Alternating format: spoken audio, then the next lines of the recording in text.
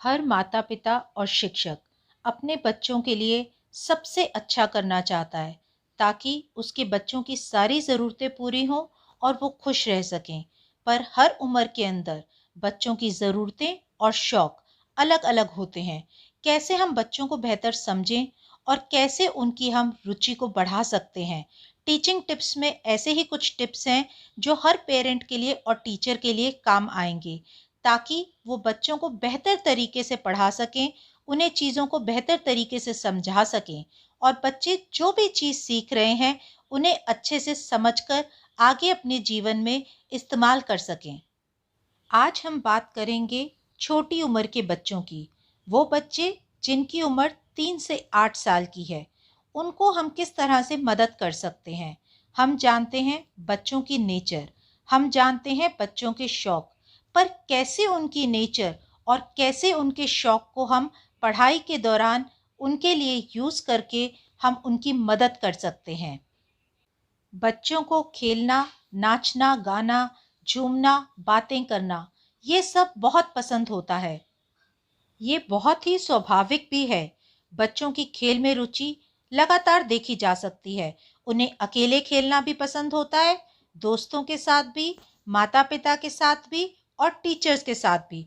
तो ऐसे में खेल को अच्छे तरीके से यूज़ करके उनकी पढ़ाई में हम मदद कर सकते हैं। शुरू में कोशिश करें कि बच्चा जैसे खेलना चाहता है उसे वह स्वतंत्र रूप से खेलने दें। धीरे धीरे उसकी रुचि को देखते हुए खेल को कुछ इस तरह से डिज़ाइन करें कि वो आपकी पढ़ाई से थोड़ा मेल खाने लगे। आप पढ़ाई की बातों को खेल ही खेल में बच्चों को सिखाने की कोशिश करें। बच्चा जितना ज़्यादा खेल खेलेगा और उससे उसकी प्रैक्टिस भी बहुत अच्छी होगी। खेल की सबसे अच्छी बात है कि बच्चा खेल को खेलते समय उसके अंदर किसी भी प्रकार का डर नहीं होता। उसे गलती होने से कोई घबराहट नहीं होती और उसे खेल में जीतना अच्छा लगता है। तो हम इसी चीज़ का इस्तेमाल करेंगे।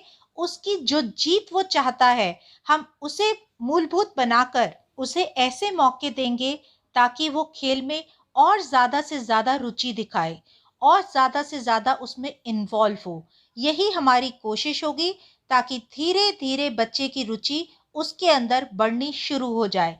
तो आप देखेंगे धीरे धीरे स्वतंत्र खेल से, फ्री प्ले से हम उसको गाइडेड प्ले की तरफ लेकर आएंगे। जैसे बच्चा उम्र में छोटा होता है तो उसे हम स्वतंत्र रूप से खेलने देंगे। धीरे धीरे जैसे जैसे उसकी उम्र बढ़ती है और जो जो चीज़ें हम बच्चे को सिखाना चाहते हैं उसे हम खेल के साथ जोड़कर चीज़ों को बेहतर तरीके से पढ़ा और सिखा सकते हैं। आइए अब बात करते हैं नाचने, गाने और संगीत की। रिसर्च ने ऐसा शो भी किया है कि बच्चे जब नाचते और गाते हैं और संगीत को सुनते हैं तो उसमें उनकी टोटल बॉडी इन्वॉल्व होती है और जहाँ पर आपकी होल बॉडी इन्वॉल्व होती है वहाँ पर आपकी लर्निंग भी बेहतर होती है। आपने बच्चों को पिक्चरों के गानों पर तो नाचते और झूमते हुए देखा होगा, पर यदि आप बच्चों को अच्छी कविताएं, अच्छे गाने सुनाएंगे और उनके साथ झूमेंगे और नाचेंगे और गाएंगे और उन्हें भी ऐसे मौके देंगे तो आप देखेंगे कि उससे उनमें कितना आनंद आता है। वो उस चीज़ को एंजॉय करते हैं और उसी तरह चीज़ों को बहुत अच्छे से सीखते हैं। इसमें आपको देखकर खुशी होगी कि जब भी ऐसा होता है, जब भी वो नाचते हैं, गाते हैं, तो पता ही नहीं चलता और वो कितनी सारी नई चीज़ों को सीख लेते हैं। आप देखेंगे नाच के दौरान वो नए-नए डिफ़िकल्ट स्टेप्स को पिकअप कर लेते हैं और गाते समय वो इतने मुश्किल-मुश्किल शब्दों को भी बोल पाते हैं, जो कि हम समझते हैं कि इतनी छोटी उम्र में नहीं बोले जा सकते। तो ये एक बहुत बड़ा अचीवमेंट होता है। तो आप जो भी चीज़ बच्चों को सिखाना चाहते हैं, आप उसको संगीतमय माहौल दीजिए, नाचने और गाने के अच्छे से अच्छे मौके दीजिए। आइए अब बात करते हैं पठन सामग्री की, यानी हमारे टीचिंग लर्निंग मटेरियल की।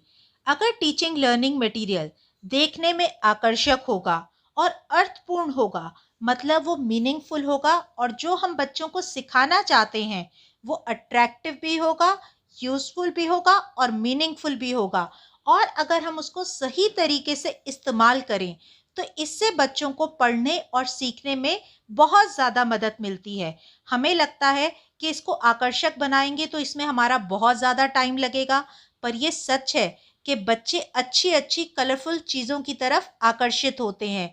तो हमें कोशिश करनी चाहिए कि हम जो सामग्री इस्तेमाल कर रहे हैं बच्चों के साथ, वो सही हो, देखने में अच्छी हो और बच्चों के साथ सही तरीके से इस्तेमाल भी की जाए। तो चलिए, हमें ये तो समझ में आ गया कि हम जिन बच्चों की बात कर रहे हैं वो अभी बहुत छोटे हैं। उनकी उम्र 3 से 8 साल के बीच है और उन्हें खेलना, नाचना और गाना बहुत ज़्यादा अच्छा लगता है और इसी चीज़ का इस्तेमाल हम पढ़ाई के लिए भी कर सकते हैं। अब बच्चों के लिए जो एक बहुत ख़ास ज़रूरी बात है, जो हर बड़े को ध्यान में रखनी है, वो है सही मार्गदर्शन। चाहे वो टीचर हो, चाहे वो पेरेंट हो, अगर वो बच्चों की मदद करें और उन्हें सही दिशा दिखाएं, उनका सही मार्गदर्शन करें, तो इससे एक्चुअल में बच्चों की जो लर्निंग होती है वो बहुत ही बेहतर होती है।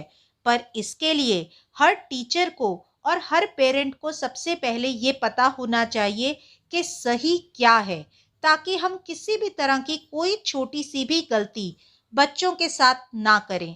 हमारा सही मार्गदर्शन, मार्गदर्शन को यहाँ पर हम स्कैफोल्डिंग भी कहते हैं। ऐसे ही आपने अलग अलग थ्योरीज में पढ़ा होगा या ये वर्ड को सुना होगा कि जिस तरह हम बच्चों को मदद करते हैं, उन्हें एक एनवायरनमेंट देते हैं और चीज़ों को हम सिखाने की कोशिश करते हैं, अगर सही तरीके से उनको मार्गदर्शन दिया जाए तो इससे पढ़ाई में और सीखने में बहुत मदद मिलती है। और जो एक सबसे ज़्यादा ख़ास बात है और सबसे ज़्यादा ज़रूरी जो हमें ध्यान रखनी है एज़ अ पेरेंट और एज़ अ टीचर, वो है बच्चों को एक प्यार भरा वातावरण देना।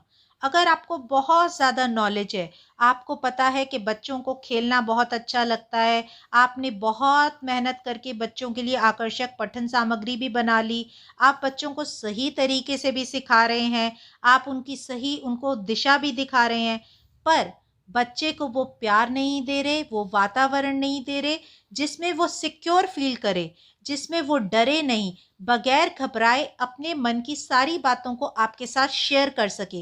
एक प्यार भरा वातावरण आपको बहुत ज़्यादा मदद करता है चीज़ों को बेहतर तरीके से समझाने में, सिखाने में। इससे बच्चों का सोशो इमोशनल डेवलपमेंट भी बहुत अच्छा होता है। बच्चों को भरोसा होता है अपने टीचर्स पर, अपने पेरेंट्स पर, कि उनको इतना प्यार मिलता है, वो चीज़ों को बहुत ज़्यादा इन्वॉल्व होकर सीखते हैं, आनंद लेते हैं और एंजॉय करते हैं। और हमारा असल मकसद भी यही है कि हम जो भी चीज़ बच्चों को सिखा रहे हैं, बच्चे उसको बहुत बेहतर तरीके से सीखें और उसको एंजॉय करें।